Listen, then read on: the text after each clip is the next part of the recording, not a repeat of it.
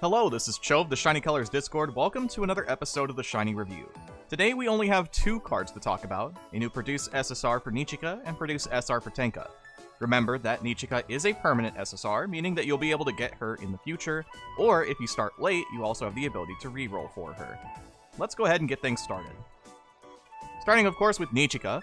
Wrapping up Shiza's third set at a blazing speed, Nichika 3 has shown us what Shiny might be intending with future Shiz cards. She's a mixed vocal dance unit who has a tiny bit of interest ignore in order to fight against the Daikichi metagame, while also having revenge scaling appeals in order to pair her with two passives that paint her as a secret Antika member. She also pairs up with Illumine, but not as cohesively. Nichika's biggest issue is having effectively zero synergy with Mikoto as it stands. While this certainly opens up the potential for vocal or dance Shiz in the future, Nichika ultimately feels like a filler SSR until they decide to truly commit to the bit with these attributes, and find a way to let Mikoto work with Nichika better. The story is, as per usual, good, but not the biggest fest impact if that's what you're concerned about. Her roles are a center, maybe. She's a buffer, she's also a Mikoto buffer specifically, she has revenge, and she has interest ignore. I lowly recommend pulling for Nichika. Nichika's initial skill is a vocal 1.5 appeal that ignores interest that follows up with a dance maximum 3.0 appeal, scaling based on how low your current mental is, and also applies a vocal dance 20% buff for 3 turns. The link appeal is a buff to Mikoto's next appeal by 1.0 for 4 turns. Her 3-star skill is a vocal 2.5 appeal that ignores interest, following up with a dance 4.0 max, scaling based on how low your current mental is, followed by a vocal dance 40% buff for 3 turns. The link appeal is the same as before. It increases Mikoto's appeal strength by 1.0 for 4 turns. Her 1-star passive is a vocal dance 30% up as long as the turn count is 3 or earlier and has a 30% chance to activate once. Her 2-star passive is a vocal dance 70% up that requires your maximum mental to be higher than 2500, but your current mental to be 49% or lower. This has a 30% chance to activate twice, and it also has a vocal dance plus 50 uncap. Her 3-star passives are a vocal 70% up and memory gauge 20% up if you have 1 to 2 Antika members on your team. This means that you cannot have more than 2, 1 or 2. This has a 20% chance to activate once. She has a dance version of this passive for 1 or 2 Illumination Stars members that also has a 20% chance to activate once. Her 4-star uncap is a vocal dance plus 150, and her memory appeal when maxed out is a vocal dance 1.0 that follows up with a vocal dance 1.5. For the support recommendations, a dance build that works about as well as it needs to. You can decide between Fuyuko or Kiriko if you're building in Grad and you want the vocal token, or you can just focus on passives if you opt to build in Step. Now as for the other setup, like Jury 7, a vocal Hokuto style can help at keeping Nichika's health low for the sake of her passive and appeal. You can also include Antika supports for the sake of it, but there's a lot less synergy in that pool for now. So it is up to you, really. Now, we're skipping team build because vocal and dance Shiz aren't really real yet, and just like the center grade, it's kinda up in the air. I don't think it's fair to judge a center for a team that isn't 100% real yet. If you want an educated guess, I would say maybe like a B. It's not particularly amazing. The simple bit here is that the value of the appeal is still low, even for a skill that gets used as early as turn 2.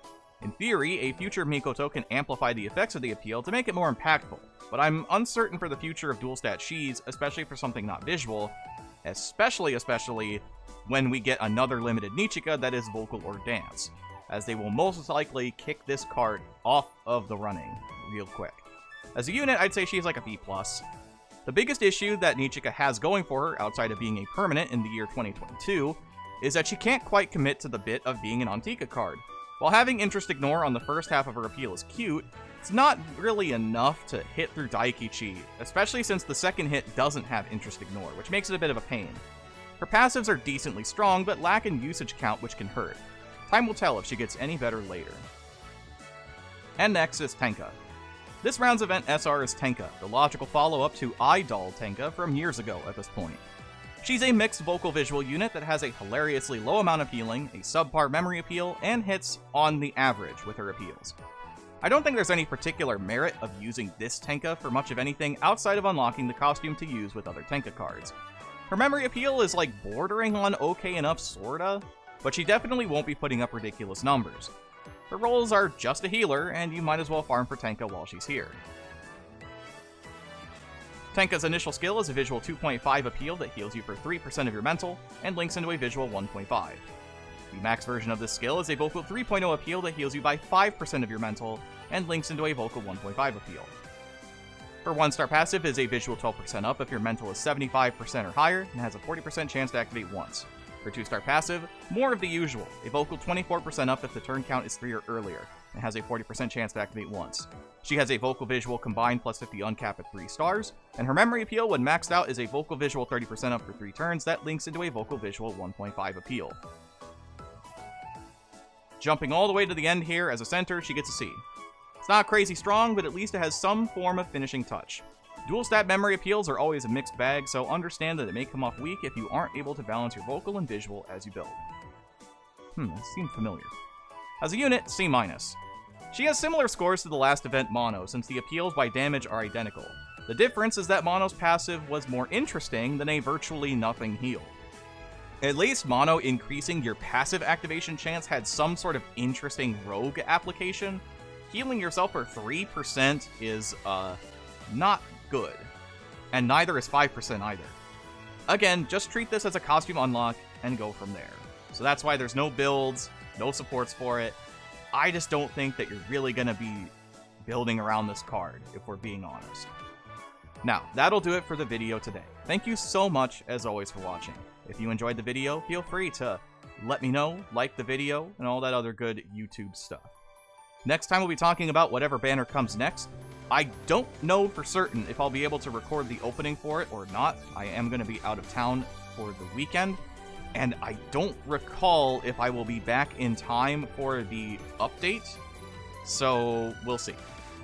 Either way, thanks so much again for watching. I've been Cho. Have a wonderful rest of your day.